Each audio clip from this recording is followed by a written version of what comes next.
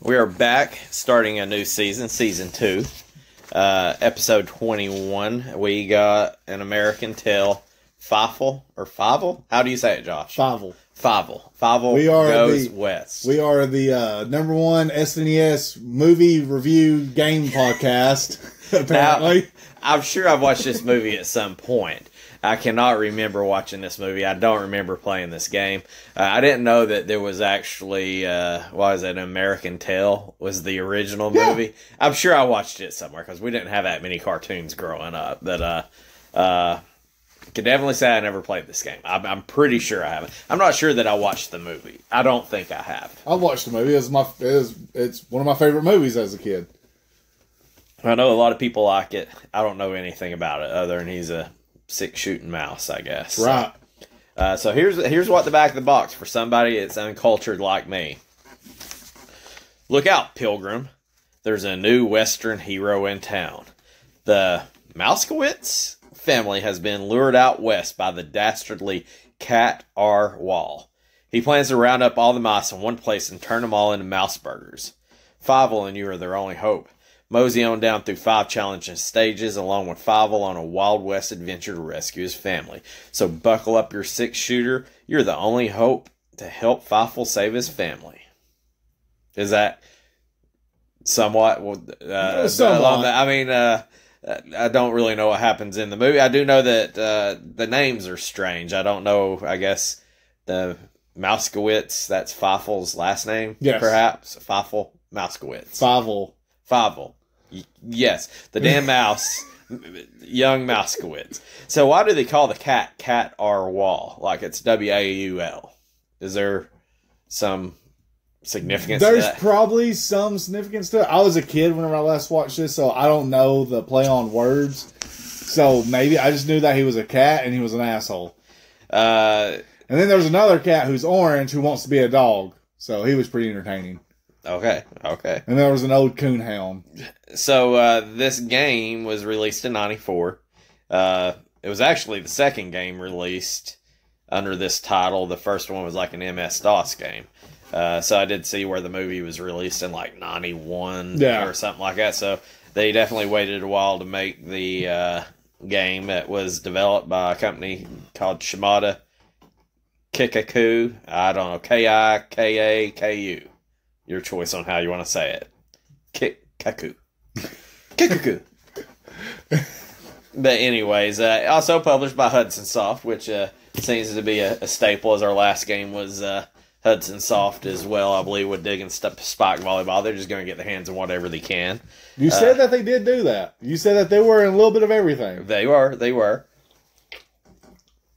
So, I guess basically a rundown of this game is, for some reason unknown to me, Feivel is trying to go west. So they were lured there by the asshole cat. Okay, so mouse burgers. I'm guessing that's like an ostrich burger or a bison burger. They're just making mouse burgers. Why'd you? It's a burger. It's cows made out. Do you call it a cow burger? Well, that's kind of like Billy Putty. What you call you, Josh Human? Exactly. I don't know how they do this. So I do know that I've seen Feivel. I've seen the picture of him. I could tell you what his name was. Well, I don't know how to say his name apparently, but he is iconic. You're putting an F on it. You're calling him Feivel. It's Feivel. L. It's falafel. Oh, it works. So it's a side-scrolling platformer. I guess the basic mixed with a shooter. Yeah. So I guess the whole gist is it's side-scrolling. You're trying to help Feivel. There you go. Get west. I feel like I should have made sure when my guy's scrolling to the right that I should have my TV turned where he was going west. Oh, that would have been smart. But so it's pretty basic controls. You only get 2 buttons. You get your jump and you get your shoot. You got a little pop gun. It looks like a little. Kind of reminds me like the things you get from the Senior Citizen Center, like that PVC pop with the cork stuck in there. That's what it reminds me. That's what it was. And obviously, as you go through the game, you can get like a water gun. Well, yeah, it shoots water. And then you also get the quart that shoots 2-shot. It's a double shot. Okay. And so, there's not a whole lot of variance with the weapon. But, obviously there's power-ups along the way. Extra lives, hearts. Star power, invincibility. And you get unlimited shots with your little pop gun or whatever, so that's kind of cool, So it ain't like Mr. Nuts where you're trying to collect all these damn acorns and you're using them as soon as you get them. Yeah. But, that's basically it's a little side-scrolling platformer. Remind me a lot of Mickey and Minnie at the Circus. Yeah. I don't think I've missed anything. It's 5 levels. You fight a boss at the end of each one. Well, it's 5 worlds. 5 worlds, okay. With 3 to 4 levels per each. So, I know there's at least, 2 cats. There's a spider. I can't even remember all the bosses. But yeah, you get a boss at the end of it. Actually, obviously, the very last boss is going to be Cat R. Waul. Yeah. And, I don't know. I ain't watched the movie, so I don't really know what Feivel's trying to do other than just kill some cats, dodge them, and get through town. The movie, they were given a banner for free land. Because, that was the whole thing back then. Move west, you get free land. And the cat was an asshole, and it was tricking them into it to get, free land at the cost of me eating you, pretty much. Okay. Well, there's that then, so I understand why he wants to kill the cat. Cat was an asshole. Okay, so that's all I know to say about what this game is, Josh. Is there anything you want to add? Feivel's trying to go out west, trying to kill some cats, trying to get his land. This was according to our friend Butterball, this just spoke to me because it's the Mouskowitz Feivel, so it's a Jewish mouse family. Okay. And he does think I'm Jewish for some unknown reason. Well, we also call you Dan and Shay, too. So. Well, that is 100% true. Okay. So, all right, I guess, that's enough build-up. We're going to go ahead and jump into what makes and break this game, Josh. You want to do makes or breaks first? Let's do makes. All right. Overall, I'll kick it off. Wasn't an overly complicated game. Mm-hmm. Was not overly complicated. Like you said, you had 2 buttons. Jump, shoot. What I've got on my list as number 2, the game is simple. Super simple. You don't have to wonder what you got to do. I mean, you can pick it up. You can tell this game is made for children.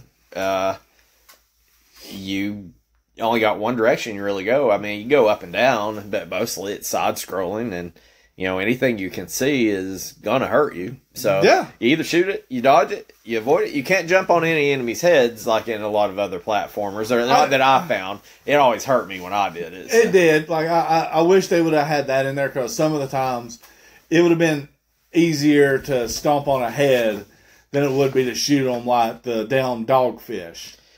Oh yeah, and one thing that goes along with the game is simple is. If you were to get confused, which I can tell you anybody that does any modern gaming, you could have figured out what you needed to do with this. Like say, you got 2 buttons and the directional pad. And the directional pad. But if you did happen to get lost, or you're wondering, hey, am I in the right direction? They did have a picture of this dog with an arrow pointing to help usher you through the stage. So that was kind of cool. So I mean, tell you, hey, this way, asshole. Yeah, I mean, and I've not watched the movie. I'm sure the dog's in the movie at some point to help Feivel. But there you go. Not that I was ever really wondering if I was going the right direction. I mean, sometimes when you're going up levels, down levels, moving vertically on the plane, you might think you're missing something, but the overall agenda is you're moving right. You're going right. You're moving right. That is exactly what it is. So, I mean, I think you've hit the nail on the head, and probably that's one of the strongest things of the game. Is super. It's simple. The one thing that I'm not going to go on all the sound because I'm split on this. I will say the music is good. I did like the music a lot. I'll go ahead and spoiler alert. I've got the sound effects in the break it part though. Not a fan of the sound effects, but the music itself was pretty good. And I can probably guess which sound effect done it for you. I think it was all of them, to be honest. The biggest seller for me was the Star Power. Okay. It didn't sound like Star Power to me. Well, but of course, Star Power, I'm used to Mario. Yeah. I'm used to Mario. So, that is, and even you had like little stars that came around you. So, like, that was it was a letdown. But yeah, the music itself was pretty good. I mean, it matched the stages. Yeah. It matched everything. Like, it wasn't no complicated score or anything, but it was just good. It wasn't grating. It wasn't extremely annoying. So it was, like I said, solid sound. Here's one thing that I'm on the fence. I don't know if this is good or bad. I don't know if this is make it or break it. Okay. The game kind of encourages the headshots. Oh, 100% it does. And I'm not sure if I like that or if I don't, because I really sucked at getting headshots. So I may have just been a little biased on this, because, like, I mean, I can sit there and spam this I'm hitting just normal cats in the chest, and it's taking 5 shots. All day long, yeah. I kind of feel like I don't like it, but I guess if you spent the time to get good, that's kind of cool. I mean, at least you've got a damage tier set up. I give it props, I guess. Made it more realistic, I mean, one shot to the head, done. Yeah, to me that wasn't that great, but I feel like I'm just in a minority of that. I enjoyed it. Okay. I will say that I enjoyed it. It was on the make it side. It gave a little bit of skill to the game that didn't necessarily have skill. Because, I mean, I hate comparing games to this because it's so cliche, but if you're playing Mega Man, what's the one thing you do as you're running in Mega Man? You're spamming the shoot button the entire time just to hit enemies in front of you before they show up. And in this game, for one, you couldn't do it. And in Mega Man, even if you jump up and shoot them in the face, it still does the same amount of damage. So I like the difficulty of it going up to where you could jump and hit them in the face, and it's a one-shot, one-kill. That was really nice. I like the way they done that. And you kind of touched on something, too, that I thought was good. And I hate to keep referring to it because it did have Mickey and Minnie feel at the circus feel. Like just the gameplay itself, not the levels or anything. But I've got marked down here, it has the feel of Mickey and Minnie at the circus, but you can spam the shoot button like Fireball Mario. Like, how you just pew, pew, pew, pew. Like, I mean, you can shoot. If you ain't hitting the guy in the face, it ain't going to do you a damn bit of good. But I felt like you had more control over your shooting. Like, say, just hold dang right and just shoot like hell. Yeah. Other than, which I will say, there was some pretty technical parts. I would say you couldn't just, the stages weren't really that long, but there was plenty of actual jumping platform to platform. Now, and for one, that's in the break it section for me a little bit later. Okay. But again, the combined, it had a Mickey and Minnie feel mixed with Mega Man. Because I don't know how far you made it into the game itself, but the blocks, for one, were straight up Mickey and Minnie. Like, I don't care what you say. You shoot those blocks and it was dropping coins. They even had the big block with the cat face on it. Oh, yeah. Shoot it multiple times, you get a better... one up or something Yeah, you get something a little better, which was exactly how Mickey and Minnie was. The reason why it felt like Mega Man is, did you make it to the minecart stage? Yes, not a big fan of the minecart stage. I wasn't either, but at the same time, that's exactly how it was in Mega Man. Because there's minecart stages in Mega Man, and it played out the exact same way.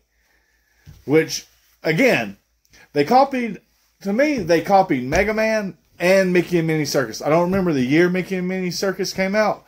Well, there was a couple of different Mickey and Minnie games. I forget. The one before Circus. Well, you did read the review to the wrong one. No, that was Mario. That was Mario. But Mickey and Minnie at the Circus, from what I remember, was kind of upheld as just a mediocre sequel to the original. So there was another one that came out before then, another Mickey and Minnie game that was very similar. But again, it goes back to the whole thing. If you're going to copy something, sort of copy the best. And to me, it seems like they copied two really decent games and gave you a decent game. Granted, Mega Man is a great game. I don't care what anybody says. It's hard as shit, but still. Another thing that kind of goes into with comparing it to, Mickey and Minnie, I remember in that one, I was like, one thing that it has is you're basically killing enemies in an acceptable manner. It's the same thing with this, is like, you're a mouse, you're shooting cats. Nobody feels bad for these cats that you're killing, whether they blow up or fall off the screen. You're shooting with a pop gun. Yes, so even though you could,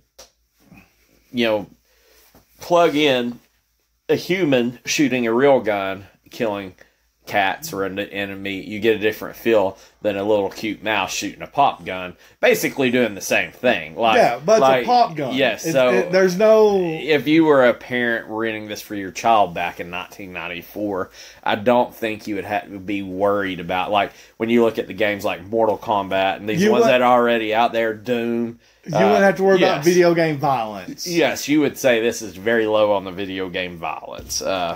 This is acceptable for my young child that I shall cherish forever and keep all harm from. Sheltered. Yeah. So I've got two more things, and I bet I've got two things that you probably don't have. So do you want to wrap up any stuff you got, or you want me to jump ahead into these? I'm curious to see what you got, because I got one thing that I don't think is on your list. Okay, well, I'm going to tell you one thing that I liked. It wasn't so much the stage, and I may be wrong, but in, second level when Feivel was in the sewers? Yep. I don't know what it's supposed to be in the movie, or if that scene's actually in the movie, but it looks like, to me, he is literally floating around in what looks like a cat food tin.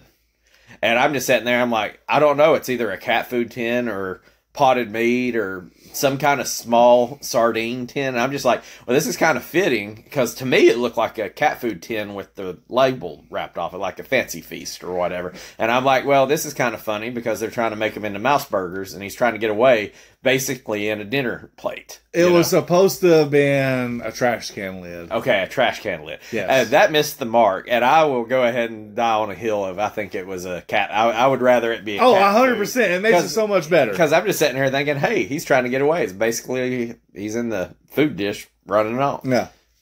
So that was the one thing I was just like, hey, that's kind of clever right there. But apparently it was just a poorly animated trash can lid. Yeah, like I said, if I'm not mistaken, it's supposed to be a trash can lid.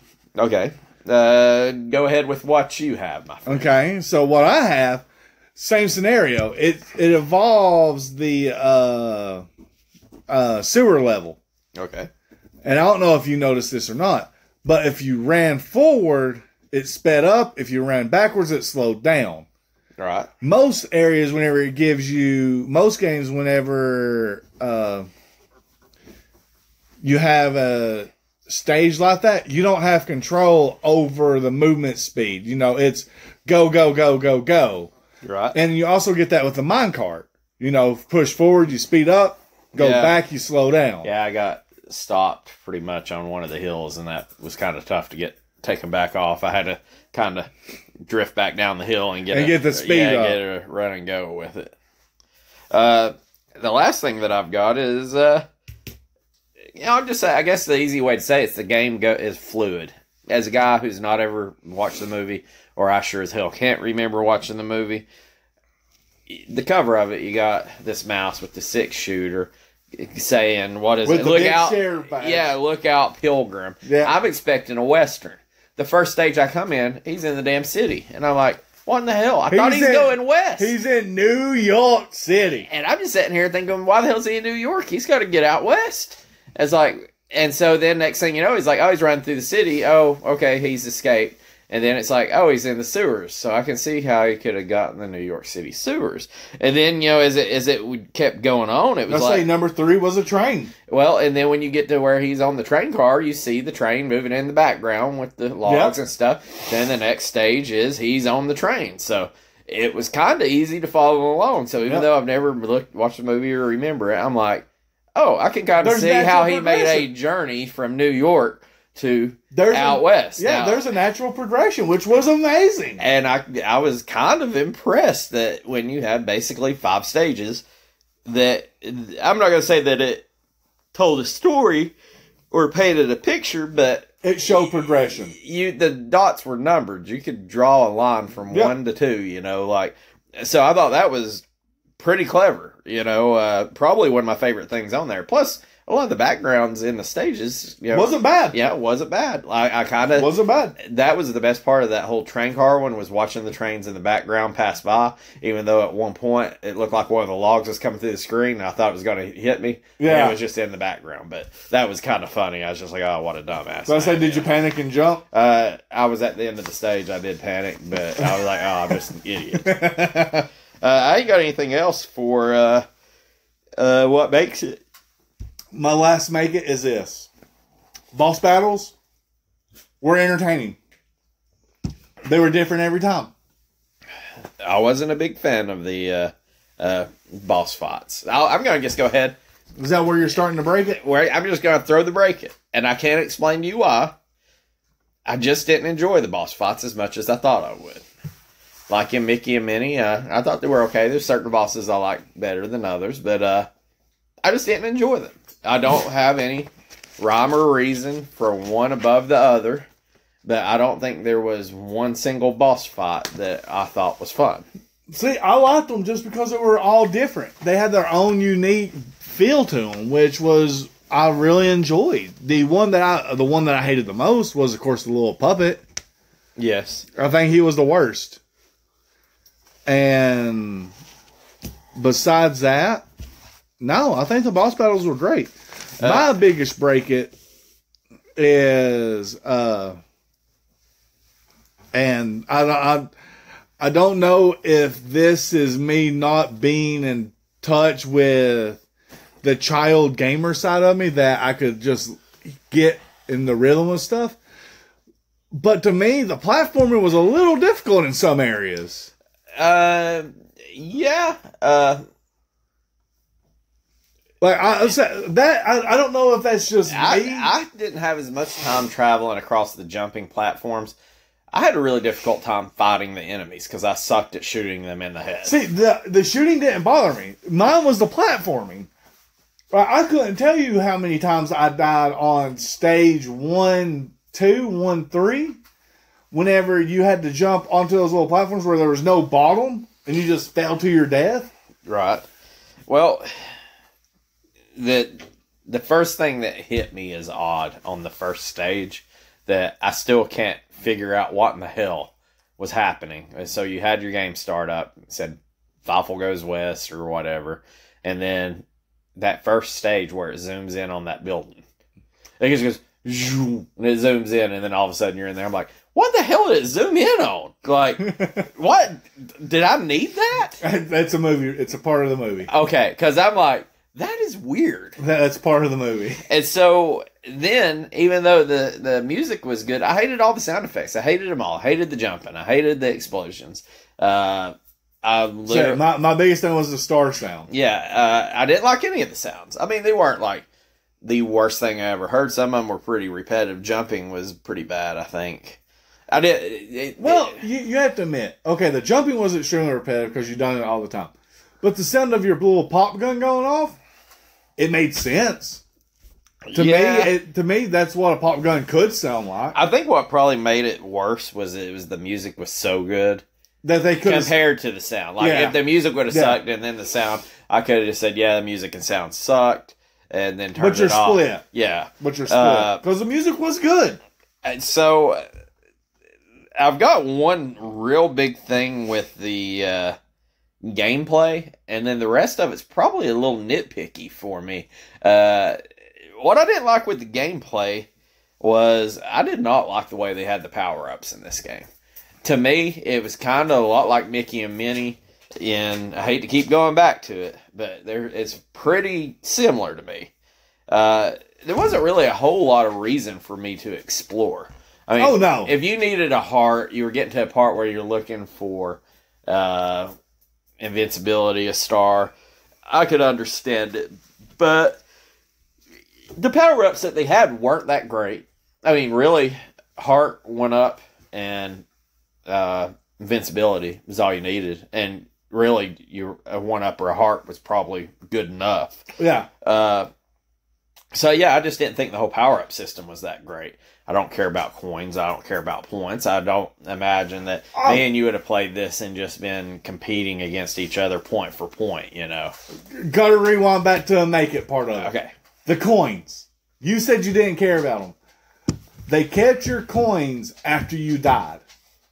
Did you notice that? No, I didn't, because I didn't care about them. Your coins also gave you life. No, I didn't know that. If you hit 100, it gave you a life. Okay. And the coins had all different values. Most of them were 5 to 10. It wasn't terrible. Which, for the most part, even though this game wasn't a give me easy, I mean, if you were a sole platformer, I could see you breezing through this game, as the speed run's going to demonstrate on these. Yeah. But it was an easy game. I mean, you got like several lives, you got several continues, so coins, it didn't really tip my scale much. Yeah, no, the coins gave you an extra life. So that's actually on the break it side for the make it side for me. I meant to bring that up because it did. Whenever you died, it kept track of how many coins you had, and you just keep collecting after that. So every time you hit 100, new life. So the other things I got literally have nothing to do with the gameplay.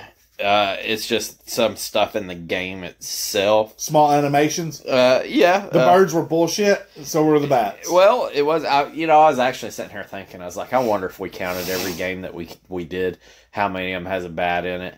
And I bet you it's got to be like 90% of everything. Like, I'm sitting here thinking back on all of them, and I'm like, there's only maybe one. Like the sports games is probably the ones that don't have a bat. I think the sports games and maybe True Lies. You're probably right. I don't remember bats in True Lies. Now, the bad part is I don't want to go back and play some of these games. Absolutely. I'm pretty sure okay. Now, I don't know about you, but I did when I spiked the ball and dig and spiked volleyball, I didn't hit a bat. I do know that. Now, here's the true test. Would Untouchables be better with bats in it or not? No, absolutely not. Because it did not have bats in it. The only thing that made that game better is if it was never made. 100%. Okay, so I got to start with one of my 3 non-gameplay related.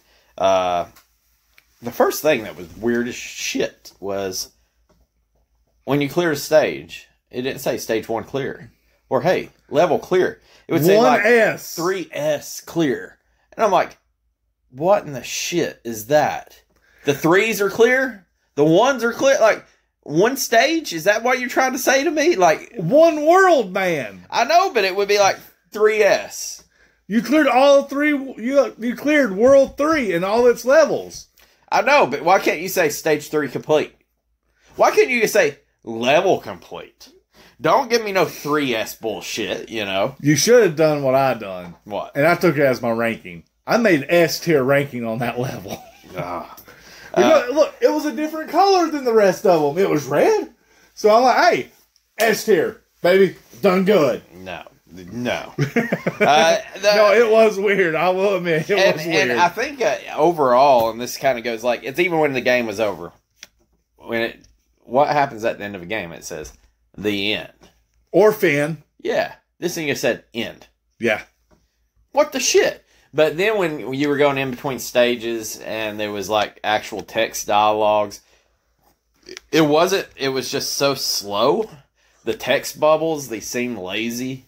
Like, I guess you can tell where they spent all their money. Yeah, I mean, the game moved pretty good, but anything that wasn't gameplay was kind of painful for me to deal with. I mean, you didn't even really have to do everything that you did in between with the text bubbles, but it was just like, so that dog that looked like a old country hick or whatever, the Tomater character is what he kind of looked like to me. He's your Huckleberry. He just pops up and you get a text bubble, and then it's like you're waiting 8 minutes for it to actually start spitting text out. And I was just like, this is boring. No, like, I do not want this. Spam the button. Spam the button. It went faster. Everything that wasn't gameplay felt lazy to me. I didn't like it. The gameplay itself was alright. It moved along pretty quick, but I did not like the in-between. Whether it was the way they were calling the stages, 3S, 1S, the text, when you even get to the end and the credits, just wasn't a fan of any of that. Yeah, and let's say that you could really tell where their money was spent.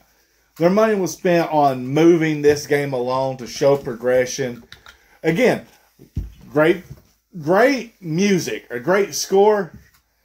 And I think that was all in tribute to the movie itself. And I do say, I guess it's better that you have good gameplay and bad cutscenes or whatever than a great story in a shitty game. Yeah, versus the little minor dialogues that you're having after each world. And you know, some of this may be nitpicky because, I mean, overall I don't think it was too bad, but I'm saving for the last what I think the biggest problem with this game is. And it's no fault to the game. So you go ahead, air out your grievances. My other grievance that I got is that some of the enemies were complete bullshit. Okay. I did not like them ones that was like had the armor on their face or whatever. I can't remember what they were, like them beetles or... Yeah. Yeah. That damn fish in that sewer. The dogfish was the worst. That was a son of a bitch. He was the worst. I hated every fucking one every of time them. He just landed perfectly and you could shoot him, there was 6 times he was rubbing his tail fin up in my junk. Yeah. Yeah, I wasted a lot of continues on that little asshole, and I hated it. Yeah, that was probably my number one enemy that I absolutely hated. I hated him with a passion. You can give me Space Ninja Dude off of Super Putty 1,000 times versus 20 of them. Yeah, that guy was pretty rough. I hated him with a passion. I don't think I had more accomplishment than when I finished that level. That was probably my favorite thing in the whole game, was not having to play that level. Like, it wasn't even the level. It was just that one enemy. Yeah, it was just that one enemy. Yeah.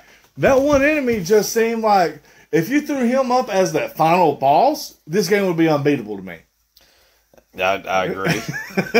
Well, it's just a whole... Could you imagine if it's like Mario, where them... what is some fish? I forget the fish that jump up. The Cheeps. Yeah. The Cheeps. Could you imagine if it was like a whole stage of just dogfish popping up like Cheeps? No, because even in Mario, there is a level of nothing but Cheeps. And all you right across the bridges. And all you got to do is sprint and you're fine. This game here would absolutely not allow that to happen, because you know what would happen? You'd have 50 of these assholes around you and just taking turns jumping at you. Like, I hated him. I feel like you could have gave us that one asshole dogfish, and then maybe if you hit him like 6 times, then it kills him for the level, so you can be like, hey, I'm going to make a point of missing everything through here, just try to kill this bastard so I can enjoy this level. Yeah, so you don't lose lives. I got anxiety from that son I of a did bitch. too. I hated him. I hated him with a passion. I took more time trying to kill that asshole than I should have. Do you have anything else? No, that's my biggest, is that fucking dogfish. This is the biggest break it for this game that has nothing to do with what this game could have did any different. But in my opinion, the worst thing about this game is we've already played Mickey and Minnie at the circus. That is the worst thing that could have happened to this game. Because when we got Mickey and Minnie, I did not think it was going to be that good a game. And it was actually, to me, a pretty solid platform. It was not bad. Now, mind you, I'm not just... I ain't going to say I'm a connoisseur of fine platformers near and far. But this game, if we would have played it before Mickey and Minnie, I would have been like, man, this game was really good. It was kind of surprising. I felt like it wasn't 1A and 1B. Like, if we'd have played this game, I'd said Mickey's just one step up. But since we played Mickey and Minnie first, this is almost like the same. I felt like the game's not the same, so don't get me like that. But the gameplay, the whole time I'm playing, I'm just sitting there thinking, the whole time is like, this is just like Mickey and Minnie. And it was like I was comparing it, like I have this whole episode, like, hey, on Mickey and Minnie, you didn't get a whole lot of weapons. You got 4 or 5, but you could switch them back and forth. Oh, hey, here's a water gun. Hey, I don't want this water gun anymore. I want my cork. Oh, I've got to find it. And I'm like, hey, if this was Mickey and Minnie, I could hit the down button or whatever it was, select, and you can change. do your woo and change. Yes. And so the whole time, I'm like, I'm unfairly comparing this to Mickey and Minnie, and Mickey and Minnie, it's done it better. This game would have surprised me if we would have played it first. Yeah. And I would have said, this was a decent platformer. When I played Mickey and Minnie, I'm like, it's a decent platform. I feel like this still is a decent one. But Mickey and Minnie is 2 steps above this. It's a decent platformer and mediocre shooter is what it is. I just feel like if we, out of 20 games before this. If we could have not played that one, I would be a whole lot higher on this game. And I'm not going to say that this game is bad. I'm not going to say that I don't like it. There's a lot of stuff that kind of the animated violence, a little bit of challenge. Solid game. It's a solid game. But, it really is. But pound for pound, Mickey and Minnie. I'd say play Mickey and Minnie. And it kind of goes on as we get into a little bit more into the episode here when we talk about speed runs and such like this. There's other reasons why I'm like Mickey and Minnie is a superior game to this. And I hate to bust your bubbles for this, but also the superior game to Mickey and Minnie is, of course, Mega Man, because it done all the platforming correct. Well, not so fast, because we ain't played a Mega Man. I'm just saying by the nostalgia of me playing it and beating it as a child. Okay. Well, we'll find out when it gets strong. I can't beat it as an adult. We've already tried, George, and we failed. I feel like it's just like how, as an adult, you can't get to Never Neverland, or you don't see Peter Pan, or whatever that shit is. Yeah. You lose we'll never see the ending of Mega Man again. Even once you turn over the age of 12, you cannot beat fucking Mega Man. Like, there is something. There's something about it. Yes. I can tell you that is the hardest fucking game I've ever played in my life. And I remember the first one being challenging. Second one, it was like, oh, I've got like an hour. Let's breeze through Mega Man 2. Mega Man X. Dude, I got 2 hours. Not a problem. I've never played an X. I've never played an X. Yeah, you have, because we bought the Legacy Edition. That's X. I never played it, though. We bought it together. Did you not play it? No. Fucking play that game. Now, mind you, the Mega Man games, they were fun. Used to, it was like, oh, what order to beat the boss. Yeah. In my older age, I got to make it to a fucking boss. Like, that's the problem. Like, the hell with beating this son of a bitch. I can't beat the normal enemies. Yeah, it's bad. All right. Yeah, let's go back to this. And I don't hate this because I love it. Every time we play a platform shooter game, we always revert back to Mega Man. And it's just fucking hilarious because I can't wait for a Mega Man episode. We're going to have to take 3 weeks to play damn Mega Man. Fuck yeah, we will. No, because after a week, I'll probably murder my dog or something because I'll be so pissed off at the world. All right. So our grievances are aired on what breaks this game. I got speedrun, pricing, and... of course, my fun facts, just a disclaimer for them. The movie. I got some good ones, but Jesus Christ, trying to find fun facts on a game based off a movie is damn near impossible. Hey, what did I say we were? We are the #1 SNES review about movies. Well, you're going to learn a shitload about this movie that you didn't know before. And I've got a good one. Let's do it. Okay. All right. Yeah, you already teased me enough. I want the fun fact. No, we're going to do speedrun first. Okay. Oh, I don't get to pick. No, not this time. We'll do speedrun. We'll do the pricing. I'll give you some fun facts, and then we'll rank it. Okay.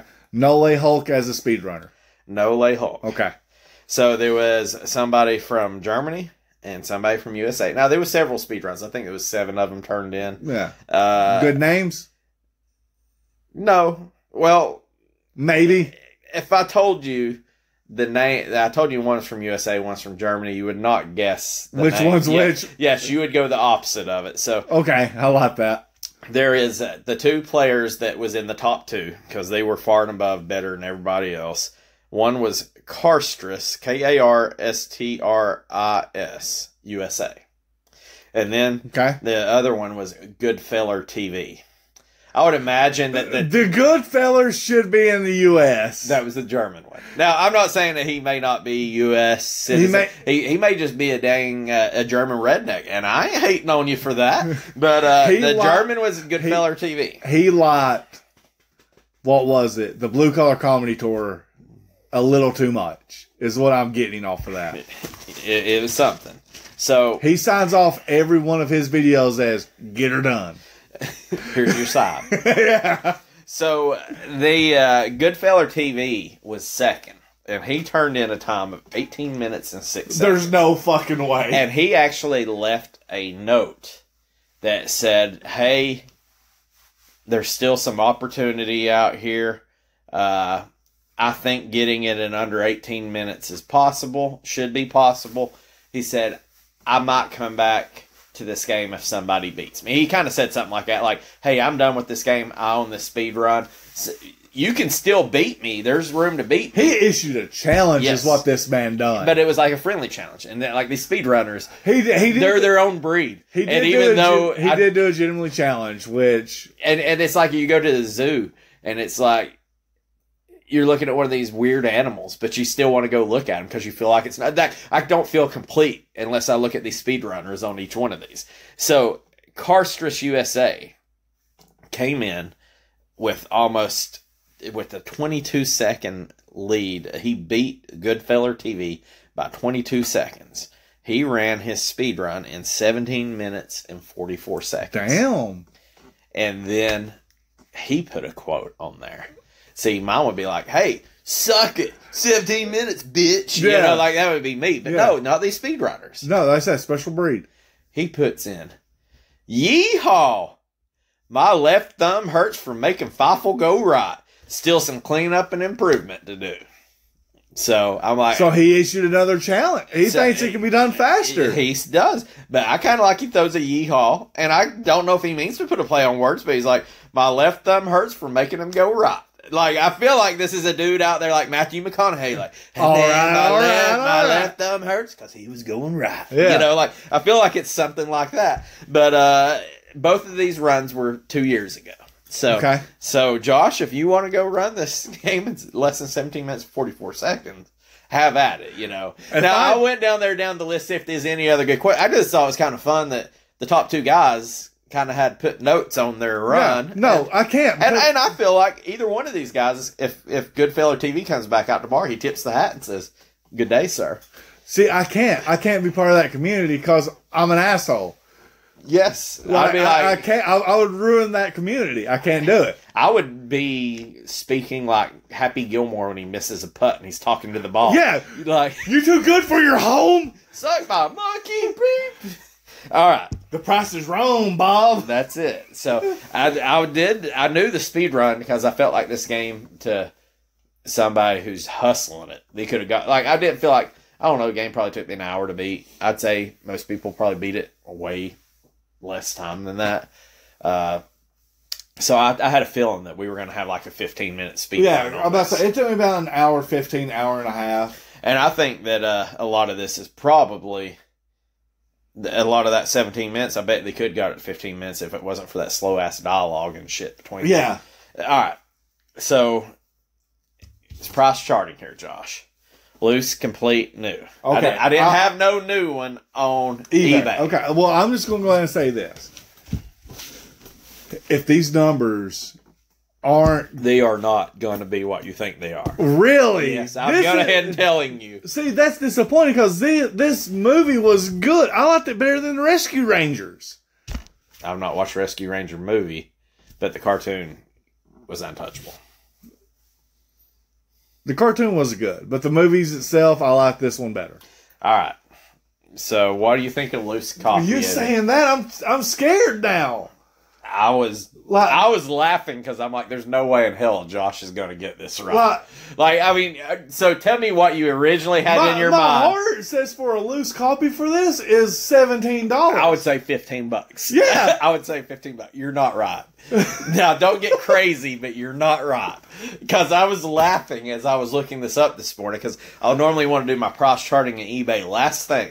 Not that it matters, 2 or 3 days on a 90-day total, but they were spot on the loose copy. There was a little bit of variance between the complete and the new is fucking ridiculous, just to let you know. Okay. Loose copy. I've turned your world upside down. Yeah. Okay, first off, lower or higher? I want to use that right now. What, from your $17? Yeah. Oh, it's higher. Okay. Let's go with 33. No, it's higher. What? That's higher, Josh. Oh God. Okay. for one, this game just moved up on my list because this is ridiculous. Well, I was wondering when I went to look at speedrun, they were all on emulators, and I'm like, I know why, because nobody's buying this game. Yeah. For this fucking price. Okay, so it's higher than 42. No, it's higher, brother. Fucking okay. Okay, now It's higher. this game needs to stop. I'm gonna go with the crisp 55. You're close, but it's higher. Fuck no. Yes. This game needs to calm the fuck down. I knew the first thing I did was look at price charting. I said, this is wrong. I looked it up on eBay, and people have took their pictures with the cart unscrewed so you could see the motherboard to show it's authentic. And I'm like, oh, dear God. I was like, this is Feivel Goes West. It's like, God. Oh, God. you're close on your last guess. Probably close enough for me to give you. Take baby steps. One more guess. 57 and a half. Price charting showed it at $59.99. eBay, now there was some low ones. I'll normally take the last 3 sold. There was one sold for like $80, one sold for $40, but it was out of Canada with crazy shipping. It was about $60 on eBay. Why the hell this game is $60? I don't know. Like, I think probably the last 5 games that we played on Willis Nest, you could have bought for $60. And even though there's some really shitty games, I would probably take 5 shitty games over this one. Yeah. All right. Yeah. A complete copy. Now that I've wrecked your world with $60 being a loose copy, what do you think a complete copy is? I'm terrified because my math is not going to work. No, it will not. But I was saying my math says triplet, and that would be 180-ish. But no, like absolutely not. You got to put the Feivel tax on, yeah, which is more than 3. Yeah, it's more than 3. Feivel tax. Oh God. Okay. See, Dragon View and Super Putty and some of these other games that are obscure, I understand. This one I could not completely understand. Like Mr. Nuts was ridiculous. Yeah, too. I could kind of understand it, though, because it's kind of obscure. This is based off a freaking movie that was released in '94 from a studio and Hudson Soft and Steven Spielberg did the freaking movie. Like, there's money to literally churn $1 million. Like, you can't tell me that they didn't have the funding to mass produce this game. They had to mass produce this like a mofo. Other than it being at the end of a Super Nintendo's life, I just don't understand. But anyways, okay, put your Feivel tax on this. Fuck. Feivel tax. 505. You're high. Okay. Pretty good high. Okay, that makes me a little better. Okay, I'm going to go with... I've got a pretty good variant. If you can get it within the same $100 range. I'm going to say... 323. Close on one. eBay, I could find a complete copy. There wasn't like a whole lot, so I'll probably still lean toward price charting. But $329 is what I seen the last on eBay. Price charting has it at $372. The new one. How much do you think in price charting says a sealed copy of an American Tale Feivel Goes West? Steven Spielberg ain't autographed this son of a bitch. Like, it's just the game. But the price probably would show that if he autographed it. Now, I also have a grade. I've looked at it, and I was surprised at what the graded game sold for versus the new game, which is completely weird all in itself. So, I didn't write down what the graded one was, but I kind of have it in my head. Okay, so a new copy. God, I fucking love this game now. But you want me to give you a hint? Oh, it's 4 digits. It is 4 digits. Yeah, it's 4 digits. I already knew that. If there was no hint there, I knew that. Oh my God. 1300. The new copy is $1,190. So you love Feivel. You remember liking the movie. Could you ever drop a G? No! Absolutely not. I'm just sitting here, I'm like, what in the fuck have I missed in this game? Yeah. So a new one's $1,190. And I'm just like, holy shit, what's a graded one go? Now I don't know what the grade was. I'm just looking at the high points there on price charting. Because I'm like, a fucking manual for this thing's like $40 fucking. Yeah. And I'm like, holy shit. So the box itself is probably about $40 alone too. I feel like Waul. I understand them. These are gourmet mouse burgers. Yeah, sign me up. Fuddruckers can't even afford these burgers. No. So it's $11.90 on a new copy, and the graded copy was like $1,300. So I'm like, well, fuck, why don't I just buy a graded copy? And like, just go and spend the extra $2. Because I can guarantee that if you've got the money to drop $1,200 on Feivel Goes West, another $200 to get a damn graded copy. I was like, you got to be kidding me. Like, this might be the biggest discrepancy between what I would pay for a game. 100%. But okay, I will take that back. The biggest discrepancy was Mr. Nuts, but this is up there. So I gotta ask you, Josh. A loose copy is $60. If somebody said, "Hey, I'll give you $30, or you can keep this cartridge," which would you pick? I'm keeping the cartridge because hopefully my intelligence is smart enough to know that cartridge is worth more than $30. I don't know. I don't remember what the pricing was on Mickey and Minnie. I think I might take $30 and go buy a damn copy of Mickey and Minnie because I'm pretty sure it was less than damn $30. I'm pretty positive it was. So yeah, I was. I think I'm taking the cartridge on this one because someone comes up to me, "Hey, I'll give you $30 for that." My brain's going to go, "This game's not worth $30." But why are you giving me $30? I've got a lot of games in my collection that I couldn't tell you the price of it. I just have them because I had them.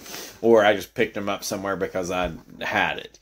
I could see if I had a second copy of this, I would have sold it on eBay for like $8. Like I would have looked it up to see the pricing. But if you said, "Hey, my kid likes this movie," I'd been like, "Here, take it." Yeah. I would have had no idea this was a $60 freaking game. God, fucking Feivel. All right, so here's some fun facts coming up, and then we're going to grade this bitch. Let me find. Hang on. Dang it! It just cut the dude's name off. Basically, this guy, he was in the Monty Python movies. Apparently, my printer has cut his name off, but he's like one of the main characters in a lot of these Monty Python movies. He turned down a role as Cogsworth in Beauty and the Beast. That is right. Yeah, I think I know who you're talking about. To play Cat R. Waul in this film. That was actually going to be the voice acting debut of that actor. From that movie onwards, he did a lot of voice acting. And what's the beginning of his name? I couldn't tell you. I'd have to pull the computer. Terry Jones, John Cleese, Eric Idle. I think it was John Cleese. John Cleese. About to say, yeah, he played Lancelot in The Black Knight. Yeah, and he was the ape in Shrek. Mercury, and I think it was Hercules. He's had a pretty big career. Yeah, he's had it. And it's kind of weird because he's the Monty Python guy to me. Yeah. And so that was kind of strange. I've got an equally good. I've got a good trivia one that may be as good as the price charting for you. So I didn't even know that there was. I thought An American Tale, Feivel Goes West was the whole movie. I didn't know An American Tale was an actual movie. So one of the discrepancies, or just one of the things people pointed out in the original 1986 American Tale, Papa Mousekewitz is a tailor, according to the sign over the front of his door of his house. And this movie, it says he's a violin maker. So, not to say that in 10 years you can't learn to make a violin, but that was kind of strange. When Feivel is riding on the tumbleweed, the theme from Rawhide is being played in the background. And it is being sung by the Blues Brothers. Who is it? Dan Aykroyd? Yeah. And that was one that Spielberg put in there, kind of cameo them. Celine Dion was going to be the original person to sing Dreams to Dream, and even recorded a demo for Steven Spielberg. Unfortunately, it was rejected, which prompted Dion to be terminated. In turn, Celine Dion would go on to record with another animated movie that was released on the same day. Now, mind you, the Monty Python guy turned down Cogsworth, the movie that, that was sung. I think it was Linda Ronstadt that he ended up to go with on Dreams to Dream, but Celine Dion took a song in Beauty and the Beast, which probably favored everybody. Now, mind you, I was kind of glad the Monty Python guy, had a big career and he's made his money, because it's like, oh, that's tough. Like, Beauty. Don't get me wrong. It's hard to fight Feivel, and then the movies were released on the same day. Yeah. So that's kind of a tough pill to swallow. Yeah, it's kind of hard to fight a Disney princess. So here is the one that blew my mind. Now, I've not watched this movie, so this may be common knowledge. Though undetected for decades, there is a doodle of a penis hidden in the film. I could see it because they're all in The Little Mermaid. Well, this one is kind of... I showed my wife this one today because she liked the movie. It says it's visible in the DVD and VHS versions. If you pull up on your phone, you Google Feivel Goes West penis. It looks like a straight up penis. Like, it's one frame. It's one frame. At 46:20, mark of the film, when Tanya is singing Dreams to Dream, a penis doodle appears in front of her face for one frame. It's very obvious when the animator was tracing Tanya from the animation paper onto cell paper, he messed up on her nose, muzzle, and mouse teeth, turning the cell paper on backwards to retrace her without clearing the mistake, as the mark was made in ink. Yeah. He didn't bother discarding the cell paper due to product expenses, leaving the unintentional Easter egg looking like such. However, it was removed on the Blu-ray releases.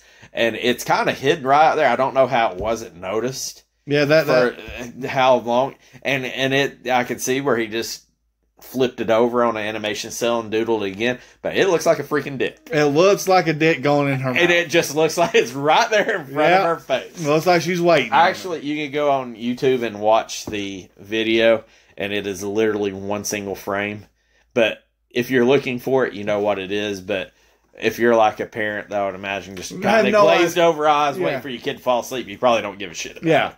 But that was the one that cracked me up. That's pretty good. I didn't know that. It was just like a straight up dick looking snout right next to her face. Yeah. So that was it. Now there was some other ones that I didn't get into. Like this was probably a pretty good one. The guy that I don't know if he wrote or he owned the original screenplay, also did some other movies. Now they were talking about how this movie was a little dark, and Spielberg couldn't believe that cartoons was so tough. He actually, after this movie, built his own animation studio. But one of the guys who owned the screenplay or wrote it also had a pretty famous series of movies, among others that he had, of Child's Play. It was the guy who made Child's Play. So that's pretty much it. Just a few fun facts. The game, I don't think, had a whole lot to do with it. I knew going in that it was going to be mostly fun facts about the movie, and other than there being a dick on a cell, they weren't too great. I did like the Child's Play ones kind of. Yeah, that's good. And also, like I said, John Cleese. Like I love the guy. He's a phenomenal actor. So, I guess as we're going to wrap it up here, this is going to be one of the easiest rankings because we've decided that we're going to break each season up into 10 episodes. And then at the end of 10 episodes, we are going to insert those 10 movies into 10 games. You said movies. Oh, yes. Games, movies, whatever. We don't even know at this point. I'd seen a dick on an animation cell. I almost wanted to watch the movie then, But, so we're starting the new season. So we've only got one game to rank so far, and it's an American Tale. Feivel Goes West. Number one. It's number one. I'm going to throw my opinion out. This is an okay game. I mean, it's Mickey and Minnie is a better game. It is an above average game. This game is just an average. maybe slightly above. But when you look at the price that this thing's selling for, Mickey and Minnie is far superior for a better price, and just all around better. This is what I would call kind of like a sandwich game. You sit there and watch this game or play this game and you eat a sandwich. It's nothing to write home about. It's decent. You'll have fun playing it. But for $60 damn to buy a loose copy, that is what completely just wrecks me on this. Mickey and Minnie did the same things. They did it better. It's the number one game. Now, mind you, this game isn't going to be, when we insert this into the top 20, the full list is on Willis Ness on Facebook under that name. You can see where me and Josh have our top 20 rankings before the season ends. Just looking at what we have, this is probably a top 10 game. It's right there hovering at 10. I mean, it's a middle of the road game to me. Yeah. But it's number one because we don't have nothing to rake it against until we play our next game next week. Is there anything you want to say about it, Josh? No, I mean, I agree with you 100%. It's just that, like I said, the only reason why I think this game is so highly sought after and pricing wise is it had to be not mass produced. Well, one thing that keeps me separated on this is I don't have a tie to An American Tale. Like I say, if I've watched the movie, I've done forgot all about it, other than knowing who Feivel is from cartoons or previews or whatever. I don't know. I had no connection to the movie. Anything like that. As where Mickey Mouse and Minnie, everybody's got that. So I think that probably jades me a little bit on it, just because to me it's just a platformer with a mouse running around. Yeah. And if you're going to talk about mouses, Mickey and Minnie are far superior in the mouse world. I mean, yeah, they are. They're top tier. So I don't have nothing left to say about it.